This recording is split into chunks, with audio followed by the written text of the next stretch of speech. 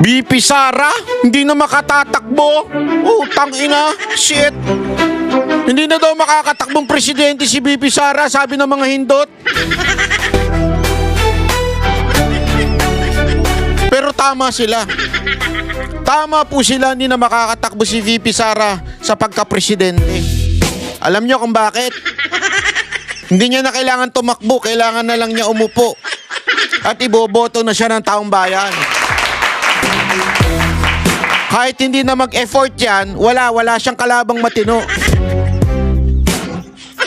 At alam na ng taong bayan, hindi nyo na maloloko yan, na yung ginagawa ninyo kay BP Sara Duterte ay isang kalokohan lang. Mantakin mo na kailang attempt na kayo mula doon sa PI. Alam niyo yung PI? Yung yung People's Initiative. Yung babaguhin ng konstitusyon para maupo ang kanilang hari. Yun. Gago! Pero kahit anong paglabas nilang pera at pagbibigay suhol nila doon sa mga kongresista, nabuking at sablay. Yun. Gago! This time, meron na naman silang bago. Pero pagkatapos ng PI, sinundan niya ng impeachment. Gago! Hindi na naman effective yung impeachment na yan. So, siyempre, meron na naman silang mga bagong pautot. Tulad ng plunder case. Gago! At siyempre, yung plunder case na yon, hindi naman sa timing, Hindi sa timing na may lumabas na whistleblower. Gago! Pero mamaya, ipapaliwanag natin yung mga kasinungalingan nitong mga grupo na ito. Magkakasama na po sila, pinangungunahan niya ng mga teroristang NPA. Gago! Alam niyo naman itong mga NPA, itong mga makakaliwa, ay galit na galit kay VP Sara Duterte. Gago! Yan ang mga may ayaw kay VP Sara Duterte. Lalong-lalo na yung mga makakaliwa, yung mga nagrarari sa karsada, yung pasigaw-sigaw dyan. Naku po, ayaw na ayaw nila sa mga Duterte. Pero gayon pa man, meron pa ding sumali sa kanila. Sino? Yung mga kakampuet. Gago! Alam nyo kasi, yung mga NPA, ang habol niyan, alam nyo naman, ang gusto niyan yung mga maihinang nila lang na presidente para nakokontrol nila. Halimbawa, katulad ni Marcos na isang mahinang nila lang. Ngayon nga, marami na nagsasabi na tila marami ng kontrol ang mga NPA sa loob at labas ng gobyerno. Bakit? Mahina ang presidente. Kukuya-kuyakoy. Paggising, sabi nga ng kanyang kapatid, nagmamariwana. Paano mo ba naman mapipigilan yan kung ganyan ng iyong kapatid, 'di ba? Sabi ni Senator Amy, paano mapipigilan yang ganyan kung ganyan siya at sabog? Hindi po ako nagsabi niyan, si Senator Amy. Wag ho kayo magagalit sa akin, kayong mga tarantadong loyalista. Huwag kayo magagalit. Magalit kayo doon sa kapatid. So, yan ang gustong-gusto ng mga NPA at mga makakaliwa. Yung madali nilang mauto. Tulad nyo. Kayong mga kakampuet. Kayong mga Gen Z. Yung mga kulang sa arugang Gen Z. Dahil yung kanilang tatay at nanay nag-aaway. At yung tatay nila may kabit. Yung nanay nila sugarol. Gago! O di kaya yung nanay nila pinapatos yung driver. Gago! Kaya kulang sa mga aruga yung mga Gen Z na yan. Marami nga dyan, naging bayot na eh. Gago! Real talk? Yan na real talk sa inyo. Gago! Diba? Sakit ba? Masakit? Ganun talaga ang buhay. Minsan masakit. Gago! Pero minsan masarap din. Gago! Bakit naman itong mga kakampuet ayaw sa kanya? Ito kasing mga kakampuet, alam nyo ito mga kakampuet, ito po yung mga may negosyo sa gobyerno. Nawalan sila ng posisyon nung nakaraang panahon ni Pangulong Duterte. Ngayon na sila ay nakabalik na sa panahon ni Marcos. na dating kanilang binabatikos, eh ngayon tuwan-tuwa ang mga hindot. Tuwang-tuwa ang mga animal na mga kakampuet. Kasi alam mo yung mga kakampuet na yan, sila po ay mga double standard na mga nilalang, di ba? Galit na galit sila sa mga, sabi nila, babaero daw si Pangulong Duterte, kesyo bastos daw. Pero hindi man lang sila nagko-komento kay Rapi Tulfo. Oh, by the way, hindi ako nagsabing babaero siya, ha? Yung mismong kapatid niya rin. Naku po. Laging kapatid ang nalalaglag, ano? Ba't kaya ganun? Buti na lang yung kapatid ko, hindi ako nilalaglag. Gago! Eh, wala naman kasi malalaglag sa akin, eh. Laglag na kasi ko, eh. Mantakin mo sabihin ng kapatid ni Rapi Tulfo, okay lang naman maging babaero, wag lang lalakero. Sa bagay. Gago!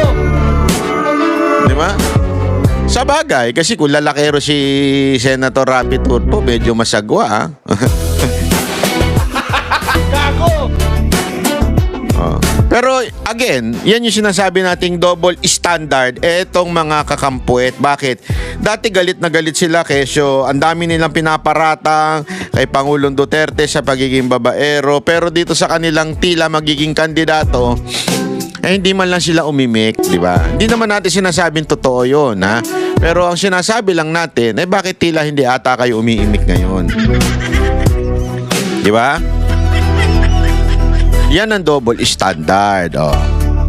Pero ngayon nga, todo-todo sila na i-disqualify si VP Sara Duterte kasi that's the only way para manalo sila. Dahil alam nyo, ladies and gentlemen, kahit sa tindi ng mga paninira ng mga tao kay VP Sara Duterte, eh grabe ang taas ng kanyang ratings. Alam nyo, tatadta rin nila to, expect more. Baka mamaya kung ano na ibintang sa kanya na ano, di ba? Oh, malay nyo, siya ang pumatay kay Rizal, siya ang pumatay kay Nino, yung mga ganong pagbibintang. Malay nyo, may lalabas siya na whistleblower, di ba? Oh, mahilig sila sa blow, eh. Alam mo naman niya mga yan, eh. Mga komblo. Alam mo yung komblo? Ay, nako, i-google ninyo, pero ilang grupo lang ang nakakaalam ng ibig sabihin ng komblo. Yung kaya yung contest ko ngayon,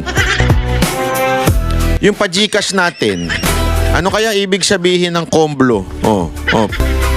Pag nahulaan nyo,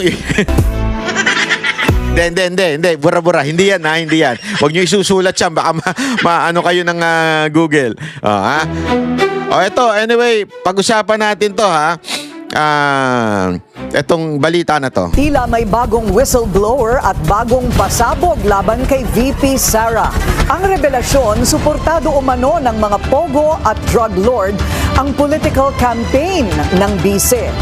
Take note, ikinabit nila yung pogo. Kaya pala sila todo-todo nasira nun sa pogo. Which is totoo naman. Ako, ayoko talaga yan.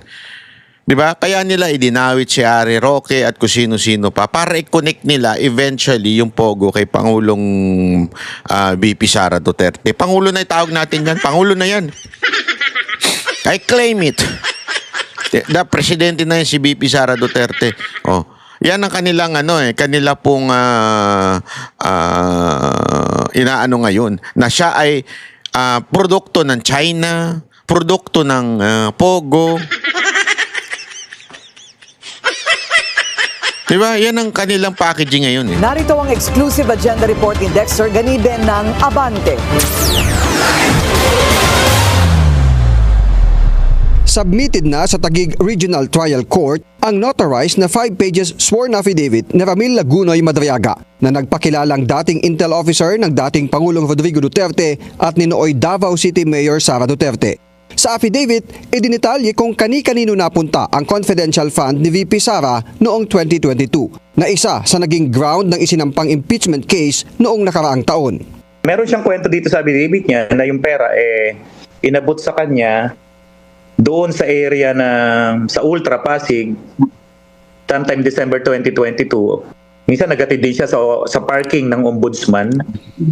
Tapos somewhere sa Laguna sa isang mayor. Pero hindi niya na-meet yung mayor, of course, no?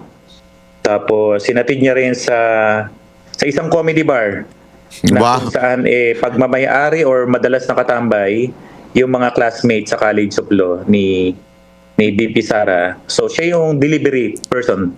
Bagman na matatawag natin.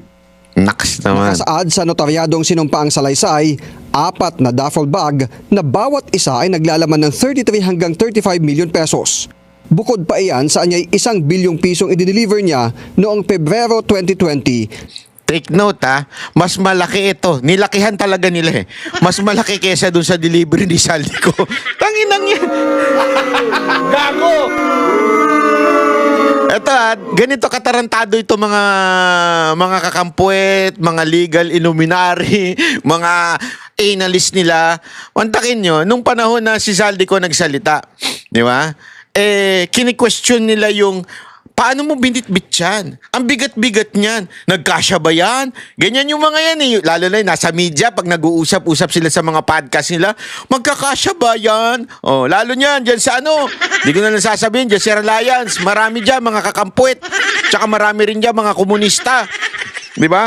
Oh, sabi nila kesyo daw hindi magkakasya yan. Ngayon, eto, basta na lang nilang tinanggap. Mantakin mo, mag-isa lang siya nag-deliver. Dala-dala pa sa comedy bar. Mali-maleta.